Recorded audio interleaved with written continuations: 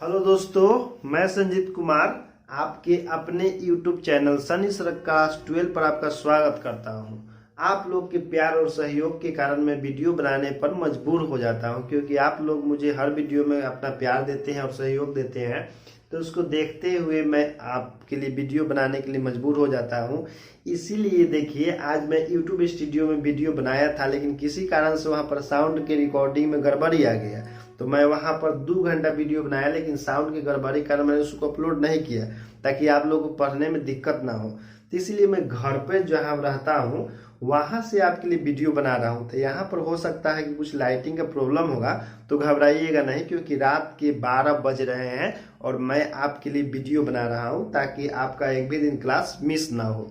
तो चलिए दोस्तों, आज हम लोग फिजिक्स का लेसन 1 शुरू करते हैं। फिजिक्स में आपका देखिए लेसन 1 है इलेक्ट्रोस्टैटिक्स का, कि विद्युत आवेश एवं कूलम्ब का नियम, electric charge and Coulomb's law.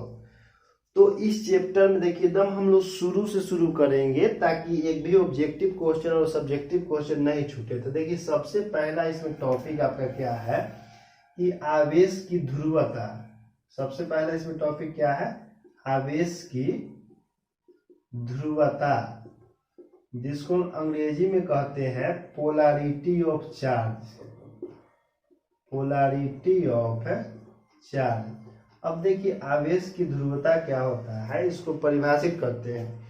तो वह गुण जो 2 प्रकार के आवेशों में भेद उत्पन्न करता है, वह गुण जो 2 प्रकार के आवेशों में भेद उत्पन्न करता है, उसे हम लोग आवेश की ध्रुवता कहते हैं। ठीक, तो समझ गए कि वह गुण जो 2 प्रकार के आवेशों में भेद उत्पन्न करता है, उसे आवेश की ध्रुवता कहते हैं। जैसे हमारे अंदर और आपके अंदर भी कुछ गुण है, जिससे हम लोग यह डिसाइड करते हैं कि कौन लड़का है और कौन लड़की है, यानी कि कौन धन आवेश है कौन ऋण आवेश है। उसी प्रकार से एक गुण है जो परख कर लेता है कि कौन धन आवेश है कौन ऋण आवेश है, यानी कि भेद उत्पन्न कर देता है। जैसे हम लोग के शरीर का इम्यून सिस्टम है, तो हमारे शरीर का इम्यून सिस्टम जो परख कर लेता है कि शरीर के लिए क्या नुकसानदेह है और क्या फायदेमंद है। तो हम जो भी कुछ खाते हैं, यानी कि शरीर के अंदर जाता है, तो शरीर उसको डिटेक्ट कर लेता है कि मेरे लिए सही है कि गलत है। यदि उस शरीर के लिए नुकसानदेह होता है तो उसको बाहर फेंक देता है, और यदि फायदेमंद होता है तो उसको ग्रहण कर लेता है। एक क्वेश्चन का मैं आंसर बता रहा हूँ कि हम लोग क्यों छींकते हैं। तो एक्चुअल में हम लोग जानबूझ करके नहीं छींकते हैं। हम लोग के शरीर में जब नाक के माध्यम से कोई बैक्टीरिया वायरस प्रवेश करता है, क्योंकि वायुमंडल में हमेशा बैक्टीरिया वायरस घूमते रहता है, तो वो जब प्रवेश करता है हमारे शरीर में, तो शरीर का इम्यून सिस्टम उसको डिटेक्ट कर लेता है कि हानिकारक है, और शरीर उसको बाहर फेंकने का कोशिश करता है। किसके माध्यम से? तो तेजी से हवा क्रिएट करता है और बाहर फेंकने का कोशिश करता है। इसलिए हम लोग जोर से छींकते हैं। ठीक, तो हम लोग नहीं छींकते, शरीर वो अपना बाहर फेंकने के लिए छींकता है। किसको बाहर फेंकने के लिए? तो बैक्टीरिया वायरस को। तो चलिए, आवेश की ध्रुवता आप समझ गए हैं। तो इसके बाद देखिए, एक पॉइंट है इसमें नोट, जो आपको पढ़ने में मदद करेगा। जैसे मान लीजिए कि कोई वस्तु है, कोई चालक है। चालक मतलब कि धातु का बना हुआ है, और ये धन आवेश से आवेशित है। नोट इसको आप समझ सकते हैं। कोई धन आवेशित चालक है, इसका संपर्क यदि हम लोग जमीन से कर देते हैं, इस चालक का संपर्क जमीन से कर देते हैं, तो जमीन से इलेक्ट्रॉन आता है। तो जमीन से तार के माध्यम से इलेक्ट्रॉन आता है, और इसके पूरे के पूरे धन आवेश को उदासीन कर देता है। क्या बोले कि यदि किसी धन आवेशित चालक का संपर्क तार के माध्यम से पृथ्वी से कर दिया जाए, तो जमीन से इलेक्ट्रॉन निकल करके आता है और इसको उदासीन कर देता है। तो आपको इतना याद रखने की जरूरत नहीं है, आप केवल यह याद रखिए कि जब धनावेशित वस्तु को पृथ्वी से तार के सहारे जोड़ते हैं, तो इलेक्ट्रॉन का प्रवाह पृथ्वी से चालक की ओर होता है, और उसके बाद क्या होता है, तो इसका पूरा का पूरा धन आवेश जो है उदासीन हो जाता है इस इलेक्ट्रॉन के कारण, यानी कि एक से ज्यादा इलेक्ट्रॉन के कारण। अब इसका दूसरा नोट क्या है कि यदि हम लोग किसी ऋण आवेशित चालक को, जैसे मान लीजिए कि ऋण आवेशित चालक है आपका, और उसका संपर्क हम लोग किससे कर देते हैं? पृथ्वी से कर देते हैं, तो इलेक्ट्रॉन का प्रवाह जो है कि चालक तार से पृथ्वी की ओर होता है। इलेक्ट्रॉन का प्रवाह चालक तार से पृथ्वी की ओर होता है। कब? जब ऋण आवेशित चालक को जोड़ देते हैं तब। तो ये भी आप समझ गए होंगे। तो चलिए, इसके बाद हम लोग पढ़ते हैं इस चैप्टर में और भी पॉइंट है। भी इस चैप्टर में देखिए आपको पढ़ना है आवेशन की विधि। आवेशन की विधि जिसको हम लोग कहते हैं method of charging. Method of charging. Method of charging आपका हो गया। मेथड ऑफ चार्जिंग जो होता है मुख्य रूप से 3 प्रकार का होता है। तो कौन कौन होता है? तो पहला आपका होता है प्रेरण विधि द्वारा आवेशन। प्रेरण विधि द्वारा आवेशन, इसको हम अंग्रेजी में बोलते हैं charging by induction method. Charging by induction method. अब दूसरा आपका क्या है? घर्षण विधि द्वारा आवेशन। घर्षण विधि द्वारा आवेशन। घर्षण विधि द्वारा आवेशन, इसको हम बोलते हैं चार्जिंग बाय फ्रिक्शन मेथड। ठीक।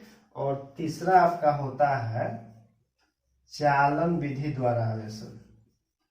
चालन विधि द्वारा आवेशन, इसको हम बोलते हैं charging by conduction method. Charging by conduction method. तो अब तीनों का अंग्रेजी जान गए। तो चलिए बारी बारी से हम लोग तीनों के बारे में पढ़ते हैं, क्या कि तीनों काम क्या करता है और कैसे ही चार्ज होता है। तो सबसे पहले देखिए हम लोग पढ़ेंगे प्रेरण विधि द्वारा आवेशन। तो पहले प्रेरण विधि द्वारा आवेशन को समझ लेते हैं, उसके बाद हम परिभाषा लिखाएंगे आपको। जैसे मान लीजिए कि ये कोई वस्तु है, आई उदासीन है। तो उदासीन है तो इसका मतलब ये मत समझिए कि इसमें कोई ऋण आवेश नहीं है और कोई धन आवेश नहीं है। उदासीन है तो इसका मतलब ये है कि इसमें जितना मात्रा में धन आवेश है उतना ही मात्रा में ऋण आवेश है। जैसे कि हम पिछला वीडियो में आपके बताए थे कि न्यूट्रॉन उदासीन होता है। तो न्यूट्रॉन उदासीन क्यों होता है? क्योंकि जब न्यूट्रॉन टूटता है तो उससे एक इलेक्ट्रॉन बनता है और एक प्रोटॉन बनता है। इलेक्ट्रॉन पर जितना आवेश होता है उतना ही आवेश प्रोटॉन पर होता है, लेकिन दोनों का आवेश का परिमाण बराबर होता है, इसीलिए उसका टोटल चार्ज 0 होता है। तो ये समझ गए कि उदासीन है तो इसका मतलब मत समझिए कि उसमें कोई आवेश नहीं। इसका मतलब ये है कि उसमें बराबर परिमाण में धन आवेश भी है, बराबर परिमाण में ऋण आवेश भी है। और एक और बताए थे कि परमाणु मूल रूप में विद्युत उदासीन होता है। तो क्यों होता है? तो क्योंकि उसमें जितना धन आवेश होता है उतना ही ऋण आवेश होता है, इसीलिए उदासीन होता है। तो उदासीन मतलब उसमें बराबर परिमाण में धन और ऋण आवेश है। तो चलिए मान लीजिए कि उदासीन कोई चालक है और ये गोलाकार है और ये उदासीन है। तो उदासीन है तो समझ ही रहे। इसके नजदीक में हम लोग क्या करते हैं, कोई धन आवेश से आवेशित वस्तु लाते हैं। तो जब हम धन आवेश से आवेशित वस्तु इसके नजदीक में लाते हैं तो इसमें जो भी धन आवेश होता है सब प्रतिकर्षित होकर के दूसरा सिरा पर चल जाता है। जो भी धन आवेश होगा सब प्रतिकर्षित होकर के दूसरा सिरा पर चला जाता है, और जो भी ऋण आवेश होगा सब आकर्षित होकर के इधर चला जाएगा। ठीक उसी प्रकार से जैसे कि हम लोग किसी कैसे कोई के बराती में जाता है, दरवाजा पर दूल्हा जाता है। तो दरवाजा पर दूल्हा जाता है तो घर के जो जेंट्स लोग होते हैं सब अपने काम में बिजी रहते हैं दूसरा तरफ, और जबकि महिला जो द्वार पर आ जाती है तो दूल्हा की तरफ। तो उसी प्रकार से देखिए है कि धन आवेश यानी कि लाए हैं हम, तो इसमें जो भी धन आवेश था दूसरे तरफ चल गया सब काम अपना करने, ऋण आवेश आकर्षित होकर के इधर आ गया, यानी कि सब औरतें आ गई देखने दूल्हा के द्वारी पर। अब देखिए तो इसका दोनों छोर जो है धन आवेश ऋण आवेश से आवेशित हो गया। ये वाला सिरा धन आवेश है, ये वाला सिरा ऋण आवेश है। यदि फिर दूल्हा चल जाएगा तो फिर सब जितना धन आवेश ऋण आवेश है अपना जगह पर चल जाएगा, फिर से उदासीन हो जाएगा। तो हमको इसको आवेशित करना है। तो आवेशित तो हम लोग कर दिए, विपरीत आवेश, एक तरफ ऋण आवेश है एक तरफ धन आवेश। तो प्रेरण विधि द्वारा आवेशन होता क्या है कि जब हम लोग किसी उदासीन वस्तु के पास में किसी आवेशित वस्तु को लाते हैं तो उसके छोर पर विपरीत आवेश उत्पन्न होता है। तो उसके छोर पर यानी कि सिरा पर विपरीत आवेश उत्पन्न होता है, जिसे हम लोग प्रेरण विधि द्वारा आवेशन कहते हैं। विपरीत आवेश कहने का मतलब है कि यदि आप धन आवेश लाइएगा तो क्या उत्पन्न होगा, ऋण आवेश उत्पन्न होगा, और दूसरा तरफ धन आवेश। लेकिन इसी में क्या होता है कि जैसे मान लीजिए कि उदासीन है, ठीक, और इसके पास हम लोग क्या करते हैं कि इस बार हम लोग ऋण आवेश लाते हैं। ऋण आवेश मतलब कि द्वारी पर कन्या आई है, कन्या ब्याह करके आई द्वारी पर। तो देखिए गांव के जो लड़का आदमी होगा वो सब देख ले चल देगा, सब कितनी चलते हैं फलनवा बहू के देखे कैसन है। तो यानी कि इसके तरफ धन आवेश आएगा आकर्षित होकर के, ठीक ना। हालांकि महिलाएं भी जाती है, लेकिन विशेष रूप से इंटरेस्ट जो है पुरुष लेते हैं। और ऋण आवेश दूसरा तरफ चला जाएगा, क्या बाद में देख लेंगे कभी, ठीक ना। तो ये भी देखिए आपका उदासीन एक तरफ धन आवेश हो गया, दूसरा तरफ ऋण आवेश हो गया, तो अभी विपरीत छोड़ इसका आवेशित हो गया है। तो इस प्रकार जब हम लोग किसी वस्तु का आवेशित करते हैं, किसी आवेशित वस्तु को ला करके, तो इसको प्रेरण विधि द्वारा आवेशन कहते हैं। ठीक, तो प्रेरण विधि द्वारा आवेशन आप समझ गए होंगे लगभग में।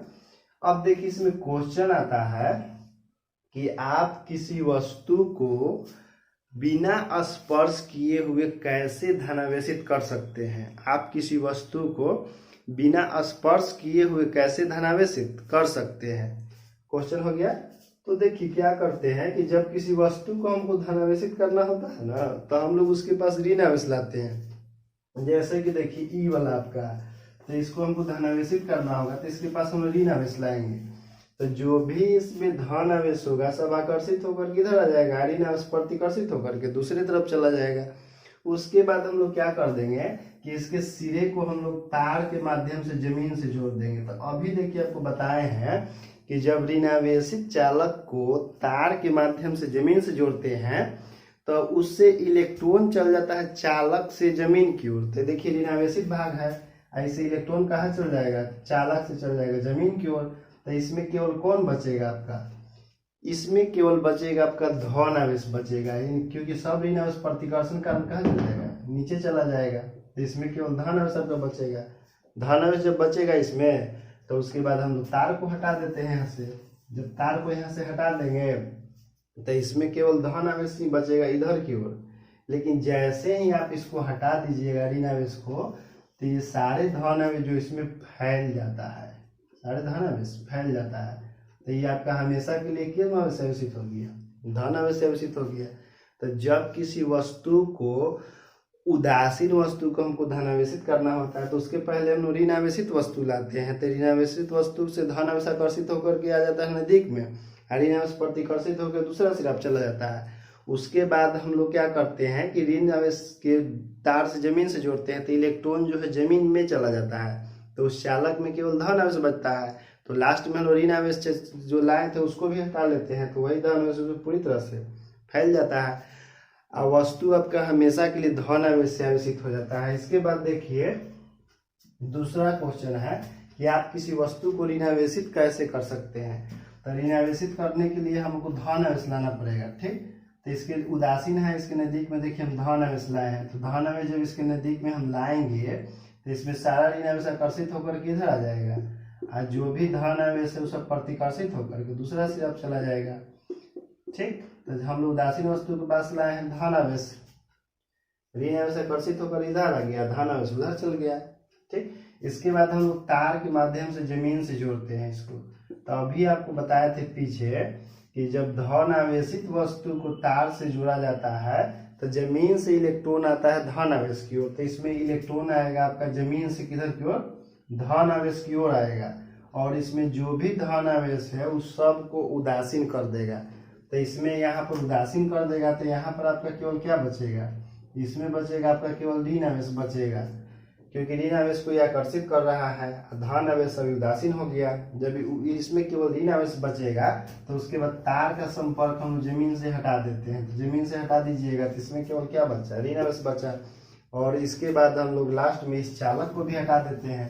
तो इस यही ऋण आवेश जो इसमें चारों तरफ फैल जाता है, तो यह वस्तु आपका हमेशा के लिए क्या हो गया, ऋण आवेश से आवेशित हो गया। ठीक, तो इस प्रकार से किसी वस्तु को हम लोग ऋणावेशित कर देते हैं। अब देखिए इसके बाद आपको क्या है कि प्रेरण विधि द्वारा आवेशन में जो आवेश की उत्पत्ति होती है चालक तार में, चालक में, तो जो आवेश उत्पन्न होता है उस आवेश को हम लोग कहते हैं प्रेरित आवेश। जैसे मान लीजिए कि देखिए ये आपका वस्तु है, ये आपका उदासीन है, और इसके नजदीक में हम लोग धन आवेश लाए हैं, और धन आवेश का मान है, मान के चलिए आप कि धन आवेश का मान है Q, जिसको हम लाए हैं वो क्या है Q। और तो इसमें भी आपका आवेश उत्पन्न होता है ऋण आवेश। ठीक, यानी कि जो हम लोग आवेश लाते हैं ना, ठीक उसके विपरीत प्रकृति का आवेश उत्पन्न होता है। तो इसमें ऋण आवेश उत्पन्न होगा इधर। तो इसमें जो आवेश उत्पन्न होता है इसको हम लोग कहते हैं प्रेरित आवेश, प्रेरित आवेश जो उत्पन्न होगा उसको हम लोग प्रेरित आवेश कहते हैं। इसको हम लोग क्यू डैश से लिखते हैं, इसमें जो भी आवेश उत्पन्न होगा। और जिसको हम लोग लाए हैं ना उसको हम लोग कहते हैं प्रेरक आवेश। जिसको लाए हैं उसको हम लोग क्या कहेंगे? प्रेरक आवेश। जैसे कि आप समझ लीजिए, जैसे हम आपको पढ़ा रहे हैं तो हम यहाँ पर होंगे प्रेरक, और आप में जो ज्ञान उत्पन्न हो रहा है मेरे पढ़ाने के कारण, तो वो आप में प्रेरित ज्ञान है। लेकिन वो ज्ञान प्रेरित करने का काम कौन कर रहा है? तो मैं कर रहा हूँ। तो मैं हो गया प्रेरक, और आप में जो उत्पन्न हो रहा है ज्ञान वो है आपका प्रेरित है। ठीक ना? क्योंकि किस कारण से हो रहा है? तो मेरे पढ़ाने के कारण हो रहा है। उसी प्रकार देखिए इसमें जो आवेश की उत्पत्ति हो रहा है तो किस कारण से हो रहा है? तो इसके लाने के कारण हो रहा है। तो जो उत्पन्न होगा उसको प्रेरित कहते हैं, और जिसको लाते हैं वो प्रेरक होता है। तो जो आखिर इसमें आवेश उत्पन्न होगा तो उसका कुछ मान होगा। तो इसका मान देखिए होता है आपका क्यू डैश बराबर माइनस क्यू 1 - 1 बटा एप्सिलॉन आर। माइनस क्यू 1 - 1 बटा एप्सिलॉन आर। कहिए कि माइनस क्यों होता है? तो क्योंकि जो हम लोग आवेश लाते हैं उसके ठीक विपरीत आवेश उत्पन्न होता है, तो इसीलिए माइनस होता है। अब इसको देखिए कभी कभी ऐसे भी लिखा जाता है कि क्यू डैश बराबर माइनस क्यू 1 - 1 बटा के। इसमें के या एप्सिलॉन आर क्या होता है? तो मुक्त आकाश की परावैधुता तो नहीं होती है, क्योंकि मुक्त आकाश की परावैधुता एप्सिलॉन नॉट होता है। ये होता है आपकी अपेक्षिक परावैधुता होता है। कौची? अपेक्षिक परावैधुता, जिसको अंग्रेजी में हम लोग रिलेटिव परमिटिविटी कहते हैं। रिलेटिव परमिटिविटी कहते हैं। और इसका जो वैल्यू होता है अलग अलग माध्यम के लिए अलग अलग होता है। जैसे रिलेटिव परमिटिविटी का जो वैल्यू होता है तो हवा या निर्वात के लिए लगभग 1 होता है, और जल के लिए इसका वैल्यू 80 होता है, और धातु के लिए इसका जो वैल्यू होता है, धातुओं के लिए इसका अनंत होता है वैल्यू। और भी होता है पदार्थ है, लेकिन एग्जाम में मुख्यतः यही आपका 3 हुआ आता है ऑब्जेक्टिव में। हवा या निर्वात के लिए मुक्त अपेक्षिक परावैधुता 1 होता है, पानी के लिए 80 होता है, और धातु के लिए इन्फिनिटिव होता है। तो इससे देखिए हम लोग देखते हैं कि जो इस फॉर्मूला से, तो चलिए हम धातु के लिए देखते हैं कि धातु में कितना आवेश उत्पन्न होगा। तो मान के चलते हैं कि धातु के लिए जो है आपका एप्सिलॉन आर का वैल्यू कितना होता है? धातु के लिए एप्सिलॉन आर का वैल्यू आपका होता है अनंत होता है। तो इससे हम लोग प्रेरित आवेश निकालेंगे क्यू डैश बराबर माइनस क्यू 1 - 1 बटा एप्सिलॉन आर। तो इसमें देखिए फॉर्मूला क्या हो जाएगा? क्यू डैश बराबर माइनस क्यू 1 - 1 बटा इन्फिनिटिव। तो क्यू डैश बराबर क्या हो जाएगा आपका?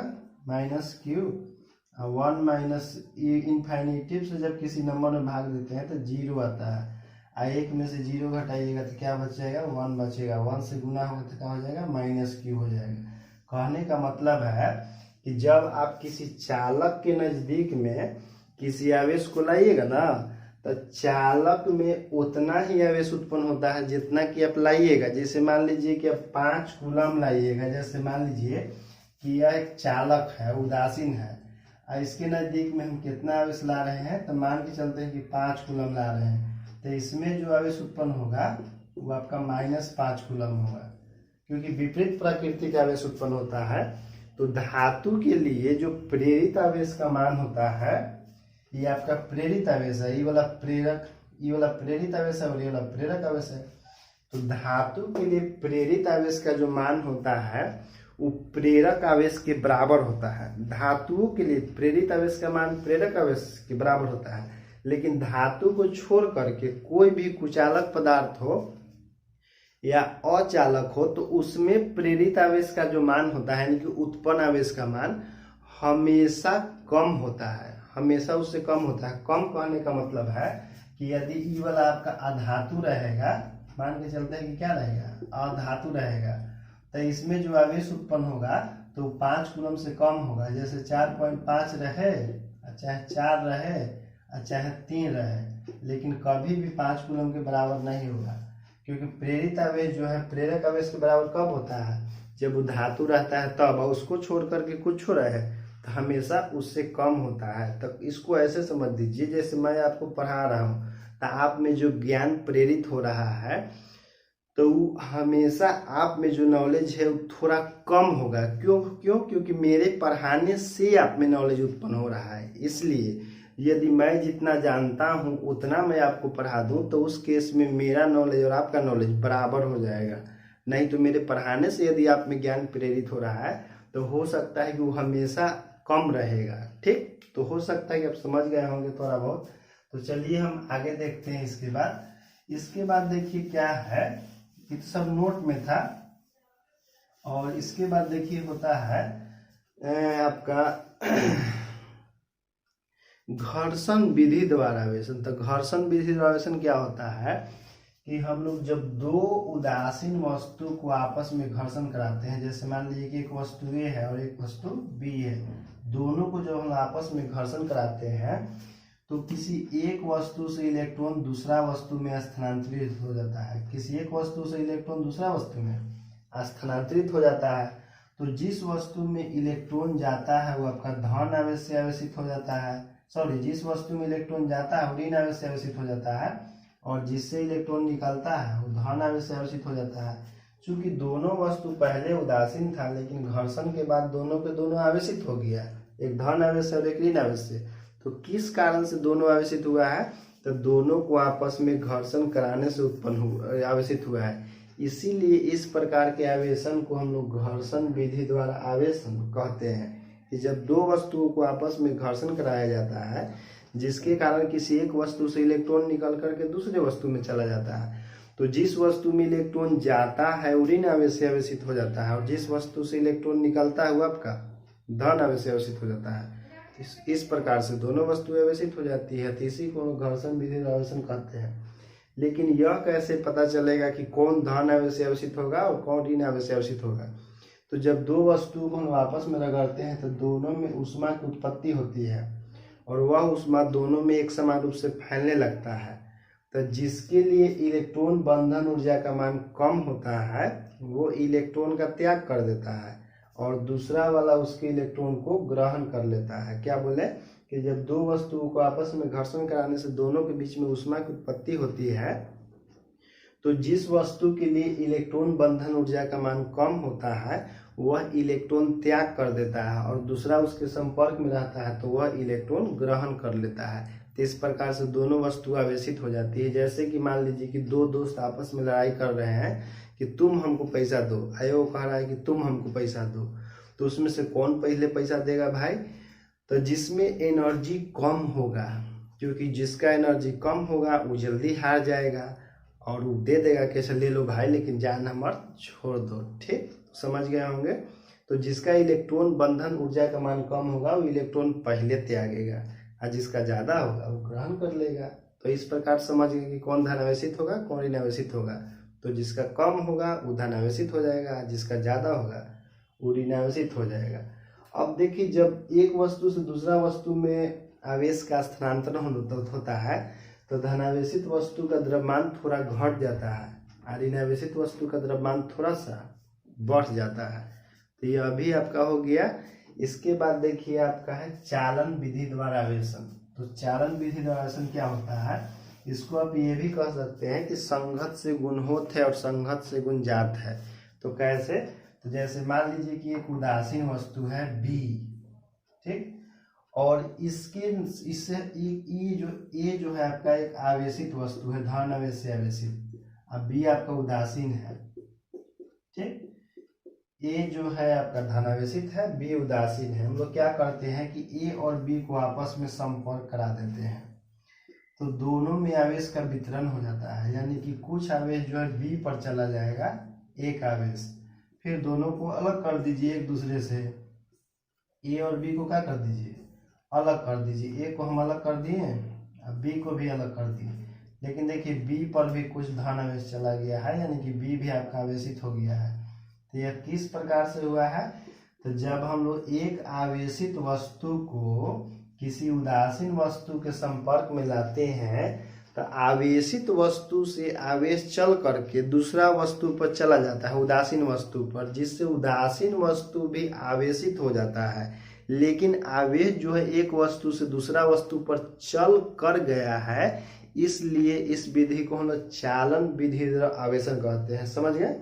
जब एक उदासीन वस्तु का संपर्क आवेशित वस्तु से कराया जाता है तो आवेशित वस्तु से आवेश उदासीन वस्तु पर चला जाता है, लेकिन चूंकि आवेश चल करके जाता है इसलिए इसको हम लोग चालन विधि द्वारा आवेशन कहते हैं। इसीलिए देखिए संघत जो है सोच समझ के करना चाहिए, क्योंकि जैसा संघत होता है वैसा रंगत होता है। ठीक, तो जैसा संघत वैसा रंगत, जैसे कि देख ही रहे हैं ये भी आवेशित हो गया। तो इसका देखिए यूज कहाँ होता है, तो जैसे कि जहाँ पर जैसे गाड़ी जो ज्वलनशील वाहन, जैसे कुछ गाड़ी होता है जो ईंधन को ढोता है, ईंधन ज्वलनशील पदार्थों को ढोता है, तो उससे एक जंजीर लटका हुआ रहता है जो जमीन से घिसते रहता है। वो करता क्या है कि जो भी वायु के घर्षण कारण उसमें आवेश प्रेरित होता है गाड़ी में, तो उस आवेश को जमीन में भेज देता है, क्योंकि जमीन से संपर्क में रहता है इसलिए जमीन में भेज देता है।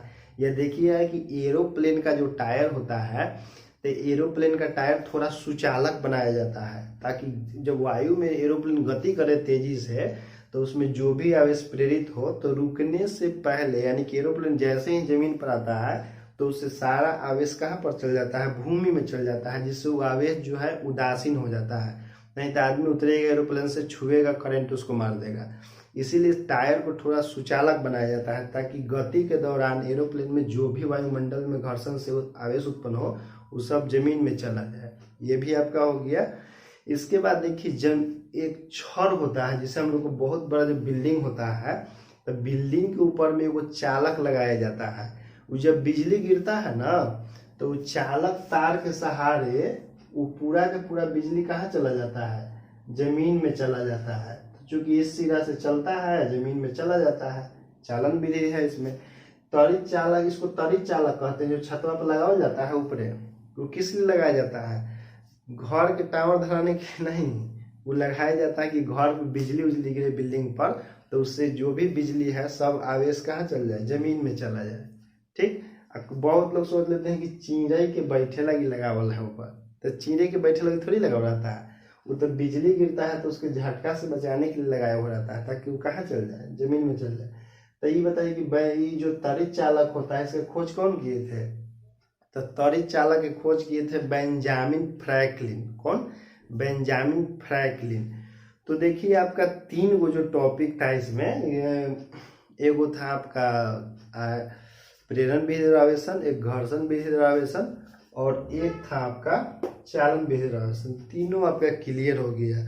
तो इसी तरह से आप वीडियो को देखते रहिए और इस वीडियो को उन छात्रों के पास पहुंचाने का कष्ट करें थोड़ा जिसको इसकी आवश्यकता है, क्योंकि मैं उन्हीं छात्रों के लिए लगातार वीडियो बना रहा हूं और देख रहे हैं कि जैसे कि रात्रि का समय है फिर भी मैं बना रहा हूं, क्योंकि मैं अपने छात्रों को कभी हारते हुए नहीं देखना चाहता हूं। तो इसी के साथ जय हिंद, जय भारत दोस्तों।